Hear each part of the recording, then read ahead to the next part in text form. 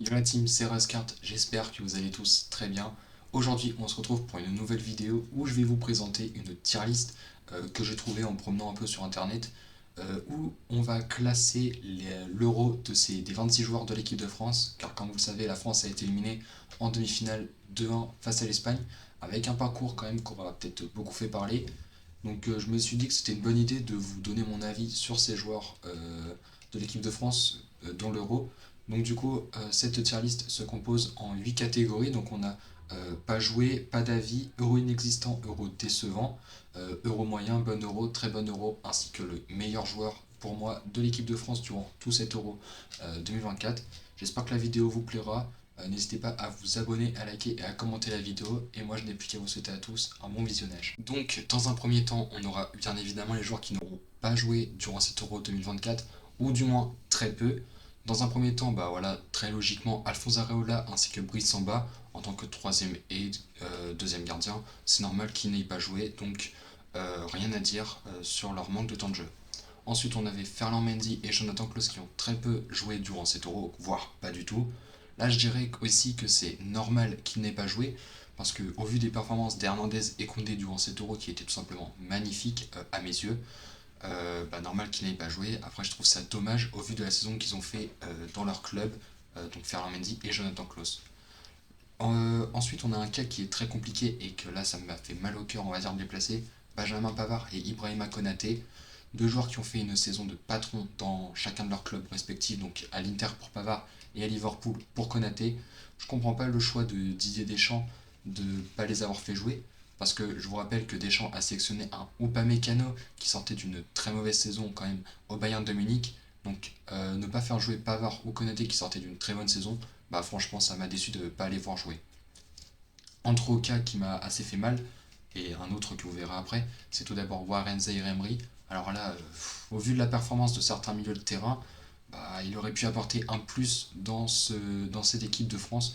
J'ai pas trop compris la décision de Didier Deschamps de ne pas le faire jouer, voire même les entraînements où il était, j'ai vu avec l'équipe U18 de Paderborn, si je me trompe pas. Donc là, clairement, je suis totalement déçu, surtout qu'il aurait pu apporter une grinta à cette équipe de France parce que là, bon, peut-être c'était le fait qu'il était encore trop jeune pour l'équipe de France, pour l'Euro, je sais pas. Mais franchement, déçu de ne pas l'avoir fait jouer Warren Zaïre-Emery. Tout comme Kingsley Coman, là c'est le seul qui a vraiment joué. 16 minutes seulement pour Kingsley Coman. Capable de faire largement la différence, encore une fois, sur une aile. Il s'est préparé une bonne partie de sa saison pour l'Euro, pour seulement 16 minutes. Ce qui m'a franchement déçu parce que il avait fait une bonne entrée contre les Pays-Bas, enfin, j'ai trouvé. Il a apporté offensivement, mais bon, Dédé Deschamps n'a pas décidé de le faire jouer et encore une fois bah, je suis franchement déçu. Donc pas mal de joueurs où je suis déçu de ne pas les avoir vus jouer, mais bon, je suis pas sélectionneur de l'équipe de France donc je sais pas vraiment pourquoi ils n'ont pas joué.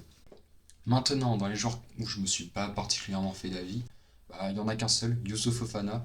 Voilà, ça a été compliqué de décrire son euro, des entrées moyennes, il a été juste décisif sur la tir au but contre le Portugal. Je ne me suis pas fait d'avis en particulier parce qu'il a quand même joué, mais pas assez.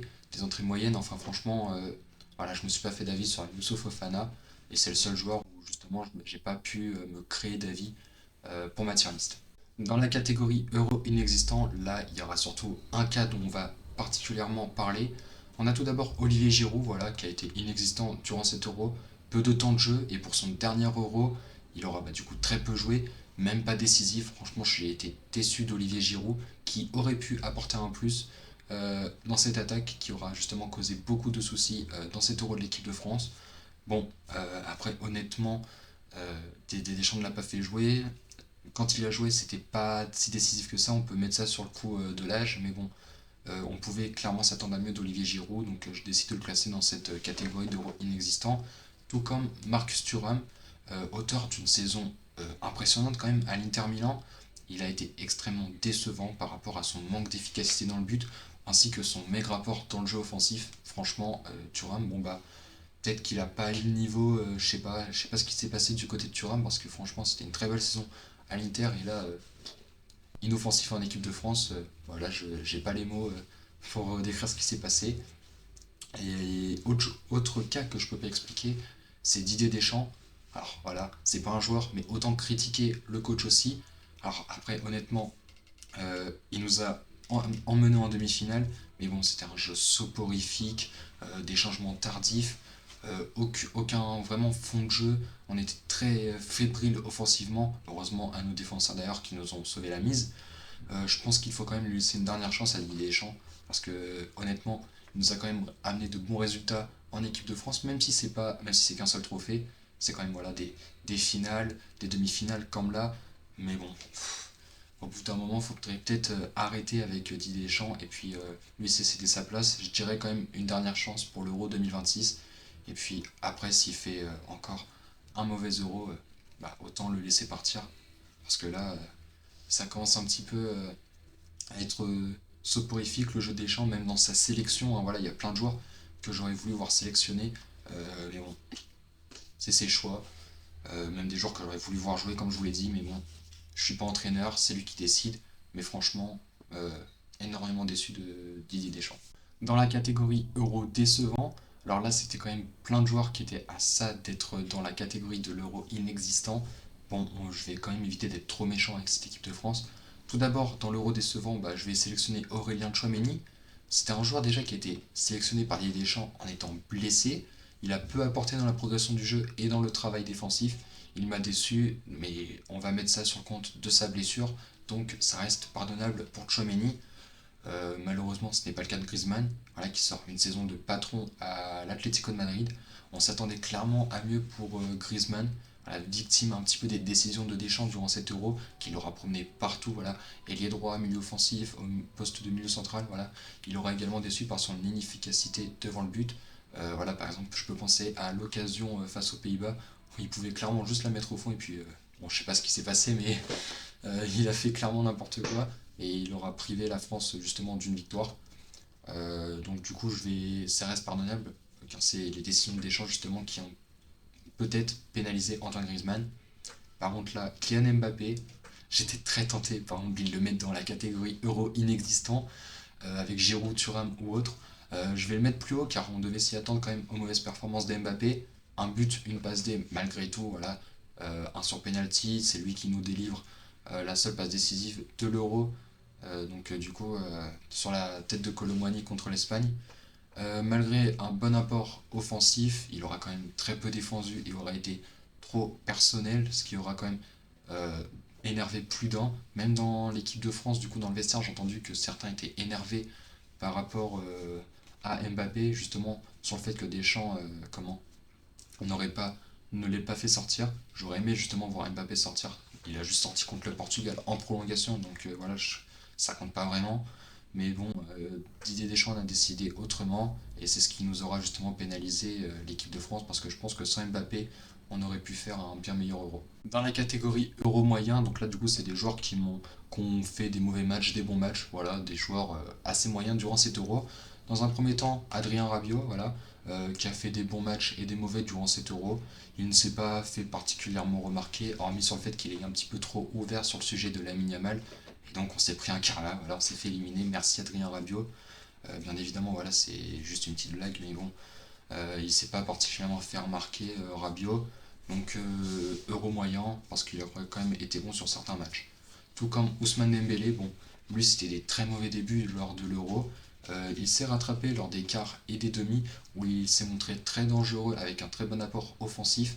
Donc voilà, on va dire que c'est assez pardonnable pour Ousmane, qui était quand même à ça d'être dans la catégorie de l'Euro décevant. Par contre, ce joueur là, voilà, du coup, il mérite peut-être pas sa place d'être dans un Euro moyen. Je parle de Randal Colomwani. Voilà, c'est deux buts durant cet Euro. Bien sûr, si on compte pas le CSC de Vertonghen, parce que pour moi, voilà, ça devait compter pour Randal Colomwani. Voilà, bonjour. Euh, et bonjour encore. Bon, bref. Donc du coup, voilà, c'est deux buts pour Colomwani. Voilà, malheureusement, je m'étais tâté à le mettre plus haut, sauf que bah, malheureusement, il a très peu joué. Voilà, Didier Deschamps, encore une fois, avec ses choix, ne l'a pas fait jouer, parce que pourtant, il était bon en équipe de France. Il l'a pas fait jouer. Deux buts pour Colomwani, je m'étais tâté à le mettre plus haut, mais bon, c'était pas assez suffisant pour qu'il aille dans la catégorie de bon euro.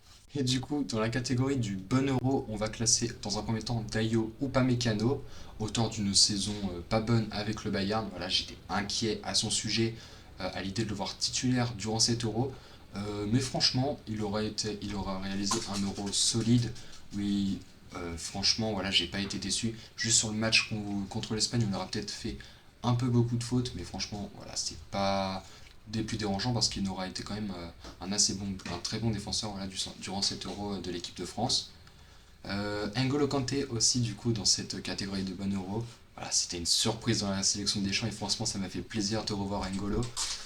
Il aura été un patron lors des 2 premiers matchs avant de légèrement se caler au rythme de l'équipe.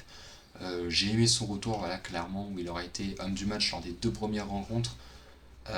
Franchement, voilà, N'Golo Kanté, c'était un bon euro et j'espère encore le voir dans les prochaines sélections de Deschamps. Eduardo Camavinga et Bradley Barcola, voilà, c'est 2 joueurs, malgré un faible temps de jeu dans l'euro et des entrées très intéressantes. Dans l'apport offensif et défensif, même pour Barcola, pardon, qui en tant qu'ailier aura quand même pas mal défendu. Franchement, j'ai aimé les voir jouer quand Dédé le voulait, malheureusement, voilà. Bon, j'espère les revoir aussi eux plus tard dans cette équipe de France parce que franchement, la nouvelle génération là, qui arrive, les joueurs des JO, Kamavinga, Barcola ou autres encore, franchement, ces deux-là particulièrement ne m'ont pas déçu durant cet euro et malgré leur faible temps de jeu, c'était propre à voir et j'ai bien aimé les voir jouer. On s'approche bientôt de la fin avec la catégorie très bon euro. Dans un premier temps, Théo Hernandez. Euro qui avait démarré légèrement très mal pour Théo. Il a ensuite fait un euro de patron, voilà, clairement. Il propose devant, il fait des retours défensifs incroyables. Je pense notamment à celui contre la Belgique, où clairement ça aurait peut-être pu finir en but. Voilà, c'était un très bon euro pour Théo, j'ai adoré. Surtout quand il se proposait très bien devant, quand il venait dédoubler bon, avec Kylian ou même ses retours défensifs, franchement, il m'a fait rêver. Jules Koundé également, qui a été un patron en défense, qui a un peu galéré par contre contre le Portugal et l'Espagne. Bon, voilà, c'était Léao et Nico Williams, donc je comprends que ça a été un peu dur. Il s'est vite rattrapé lors de ces matchs quand même. Or, le CSC contre l'Espagne, où il n'y peut rien parce que voilà, le ballon était déjà cadré et maintenant battu. Il aura été très solide en défense et utile offensivement, donc du coup, c'était quand même un très bon euro de la part de Jules Koundé. William Saliba aussi, voilà, patron de la défense française lors de l'Euro, où il était impassable. Bon à la relance, serein, franchement il m'a épaté. C'est l'un des meilleurs défenseurs justement de cet Euro 2024. Et donc bah, franchement il mérite tous 3 d'être dans cette catégorie de très bon Euro. Et le dernier, voilà, je pense que c'est le meilleur joueur de cet Euro de l'équipe de France pour moi. On parle bien sûr de Mike Maignan, meilleur joueur de cet Euro français, véritable cadre et héros de cette équipe. On n'aurait jamais atteint les demi-finales, bien sûr, sans Mike Maignan.